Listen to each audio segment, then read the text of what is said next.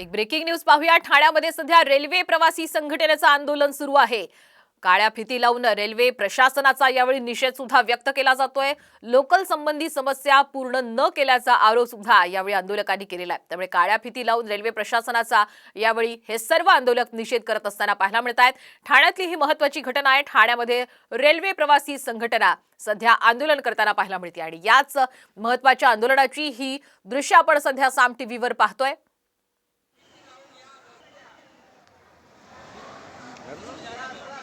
तर आपण पाहतोय की सर्व आंदोलक येणाऱ्या जाणाऱ्या प्रवाशांना सुद्धा आपल्या आंदोलनाची भूमिका स्पष्ट करतायत आणि काळ्या फिती लावून या आंदोलनामध्ये सहभागी होण्याचं आवाहन सुद्धा केलं जात आहे। ठाण्यामध्ये रेल्वे प्रवासी संघटनेनं सुरू केलेलं हे आंदोलन आपण पाहतोय। लोकलशी संबंधित विविध मागण्यांसाठी हे आंदोलन ठाण्यामध्ये छेडण्यात आलेलं आहे आणि याच आंदोलनाची ही महत्त्वाची दृश्य साम टीव्हीवर।